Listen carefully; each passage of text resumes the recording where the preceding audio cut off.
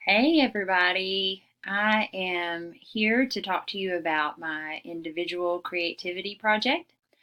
I'm trying out this new Screencast-O-Matic and learning as I go, so let's see how it goes. Um, so, for my individual project, as you all saw on the discussion board, I chose aerial yoga, which actually just uses like a hammock or a swing of some sort to allow you to participate in some of the traditional yoga poses, but with the support of like a hammock or a swing. Um, Usually, the hammock is actually not very far off of the ground. If you are standing, you'll just go to like the top of your pubic bone, and that's where the end of the curve of the end of the hammock will hit. And so you're not very far off the ground. It was a lot less intimidating in regards to that than I thought it would be. Um, but it actually originated like in New York, and it's becoming very popular here in Knoxville and some surrounding cities. And so I think the fact that it gives the additional support of the hammock is causing more people to become interested in it. Um, why I chose aerial yoga? Well, first of all, I've just always wanted to try it, but have been scared for a few reasons, and I'll get into that in a minute.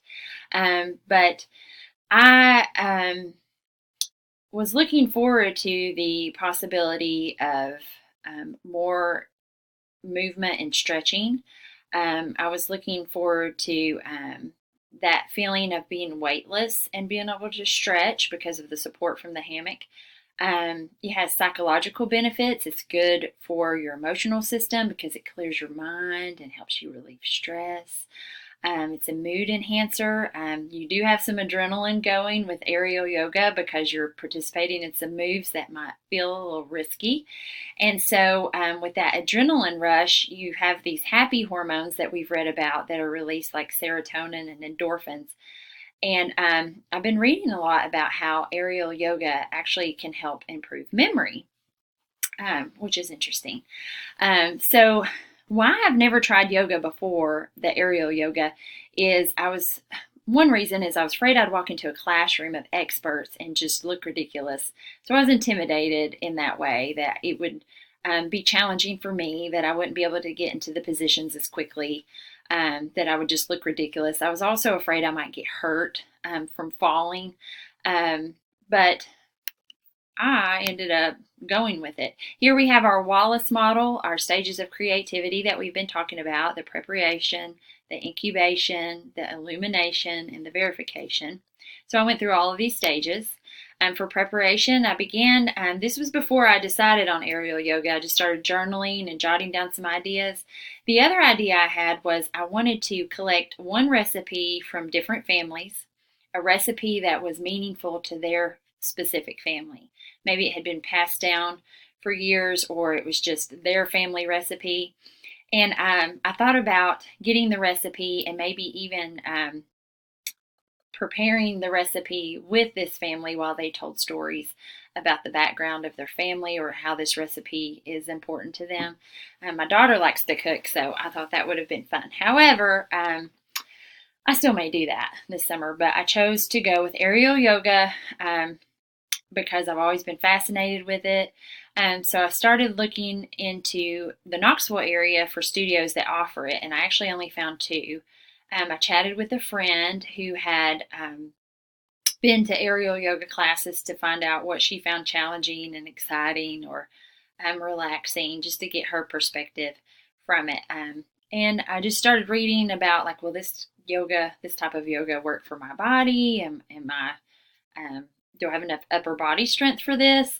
And so the incubation period, this is what was tough for me, because once I get started on a project, I like to keep working on it. Taking those moments of letting it go and just letting it simmer, that's really hard for me. So what I chose to do is just sleep on it a few days and work on other projects for this class and for another class. And it was actually a good time for me just to let it go, because our garden was in serious need of some work. And so I was able to take a few days and just wear myself out physically in our garden. But I understand here that the goal of letting it go is to let your mind wander away, and with the hopes that this would lead to greater creativity. And so then the illumination period, my aha moment, I really think it would be fun to do that cooking project with my daughter. However, I began just coming back to that thought of how important it is for self-care, that we take care of ourselves, that we take the time to go to these classes that we need to go to for exercise or for relaxation or for meditation, or just to be alone for a period of time. And so I know that in order to be my best self for my family and the students that I work with and just everyone around me, that I have to participate in self-care. And yoga is one of those things that I like to do for myself, even if I can't go to a studio. Just find me a good YouTube session, a session on YouTube, and just find a quiet spot in my house and do that. And sometimes my kids come along, but I need that alone time sometimes too. And so here we have the studio that I went to. This is in Powell, Tennessee. It's called Nature's Fountain Yoga Studio. And this is the actual room, and this is our this is at the very end of our class, which is the relaxation portion, where you are literally just suspended. You can lay flat, you can cross your legs, you can stretch them out, but your body is just completely supported by the hammock, and so every single muscle has the potential to relax. This is one of my favorite parts of the aerial yoga, was the last 5 minutes, because it's super quiet, and she just talks us through letting each muscle in our body just relax and let go. So that was a really cool part.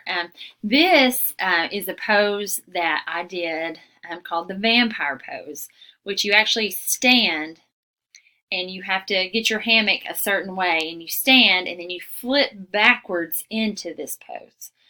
And so poses like this were difficult for me because my instructor would talk me through on how to grab the fabric, how to hold my hands, where to put my arms, and then just tell me to flip backwards. And so I would think, she has no idea that I may not be holding this fabric the correct way. I could totally fall out of this when I flip backwards. So it took a lot of trust for this. But so it was a lot of stretching my mind and stretching my courage, my ability to feel courage, and the flipping back over.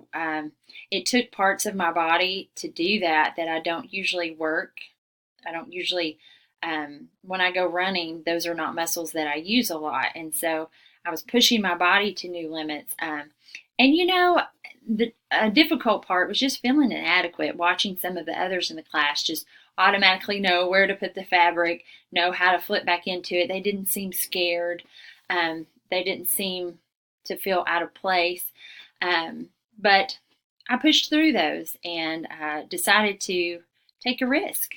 And it paid off, because some of these movements, I just felt a stretch, a type of stretch in my body that I really haven't experienced with traditional yoga. And so here, this is this